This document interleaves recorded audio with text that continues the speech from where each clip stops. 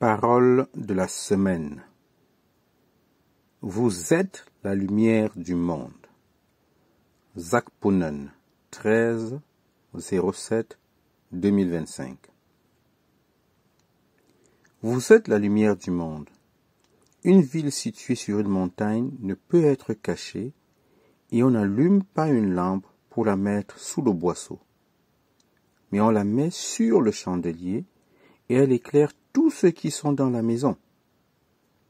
Que votre lumière luise ainsi devant les hommes, afin qu'ils voient vos bonnes œuvres et qu'ils glorifient votre Père qui est dans les cieux. Matthieu 5, 14-16. La lumière est une autre illustration, une image que Jésus a utilisée. À l'époque de Jésus, on utilisait des lampes.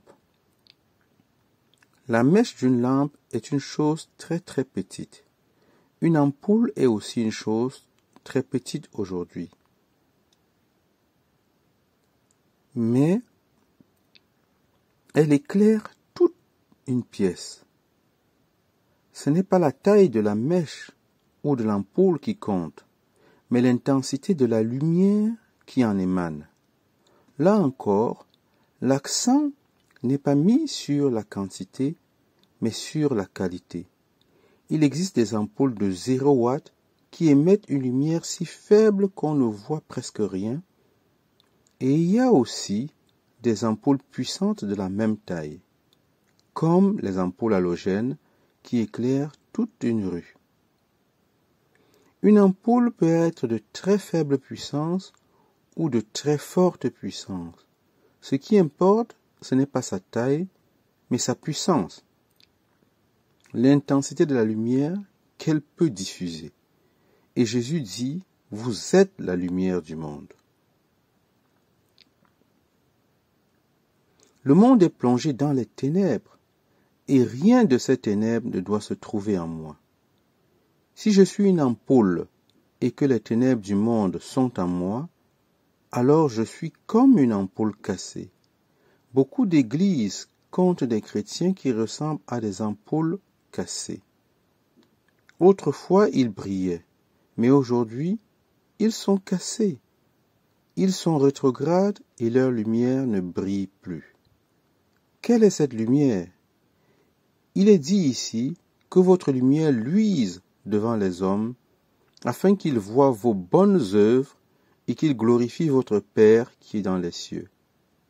À cette époque, la lumière venait d'une lampe qui brûlait continuellement grâce à de l'huile, et cette huile permettait à la mèche de rester allumée. L'huile est une image du Saint-Esprit. Un signe d'une personne ointe du Saint-Esprit est qu'elle fait le bien. Il est dit dans Actes 10, 38 que lorsque Jésus fut oint du Saint-Esprit et de puissance, il allait de lieu en lieu faisant du bien. Il ne parcourait pas les villes pour lever des fonds pour son ministère, comme le font beaucoup de prédicateurs, soi-disant oints aujourd'hui. Il était exactement à l'opposé de cela. Il allait faisant le bien sans jamais demander de compensation. Les gens lui offraient des dons volontairement, sans qu'il ne demande rien. Et il les acceptait, mais il ne faisait jamais connaître ses besoins à personne. Il allait faisant le bien sans rien demander en retour. Il est dit que votre lumière luise ainsi devant les hommes, afin qu'ils voient vos bonnes œuvres, non pas pour qu'ils vous glorifient, mais qu'ils glorifient Dieu.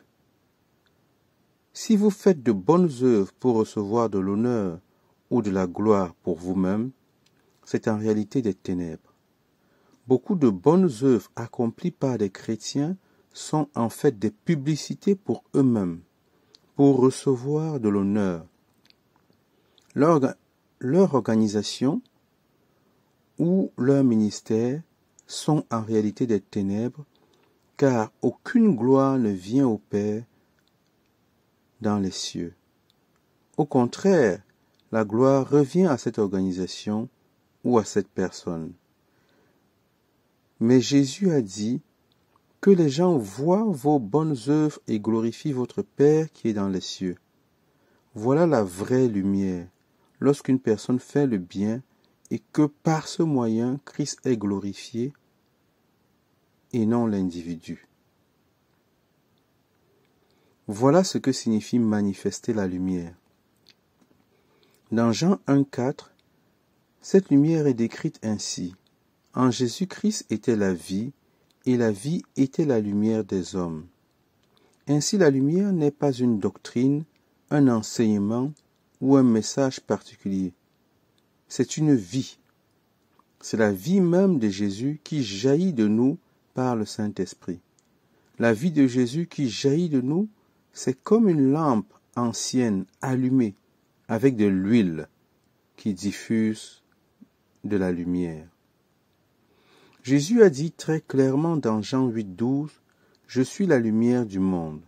Celui qui me suit ne marchera pas dans les ténèbres. » Chaque fois qu'une personne marche dans les ténèbres, selon Jean 8,12, on peut dire sans aucun doute que cette personne ne suit pas Jésus. Si vous dites « Eh bien, je suis un peu dans les ténèbres en ce moment », la raison est peut-être que vous ne suivez pas Jésus. Ne confondez pas marcher dans les ténèbres avec être incertain de la volonté de Dieu. Même Jésus fut perplexe quant à la volonté du Père dans le jardin de Gethsémane. C'est pourquoi il pria 1 heure. « Père, quelle est ta volonté? Dois-je boire cette coupe ou non ?» Ce n'est pas des ténèbres.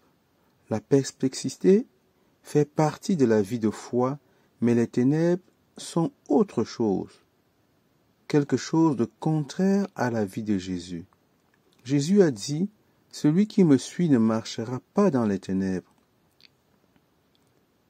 mais il aura la lumière de la vie, parce que je suis la lumière du monde. » Puis il a ajouté qu'il était la lumière du monde seulement pour un temps limité. « Pendant que je suis dans le monde, je suis la lumière du monde. » Jean 9,5. Combien de temps est-il resté dans le monde? Il est resté dans le monde 33 ans et demi, c'est tout. Certains peuvent être super spirituels et dire « Le Christ n'est-il pas dans le monde aujourd'hui ?» Mais si vous lisez Jean 17,11, il dit « Je ne suis plus dans le monde ». Il nous faut abandonner notre super spiritualité. Juste avant de quitter la terre et d'aller au ciel, à la veille de la croix, il a dit « Je ne suis plus dans le monde, mais eux, mes disciples, sont dans le monde. Ils sont dans le monde, mais moi je n'y suis plus. Je viens à toi, Père Saint. Je ne suis plus dans le monde. » Ainsi, lorsqu'il a dit dans Jean 9 « Aussi longtemps que je suis dans le monde », il parlait de cette période de 33 ans et demi où il a manifesté la vie. Alors, après son ascension au ciel, qui est désormais la lumière du monde?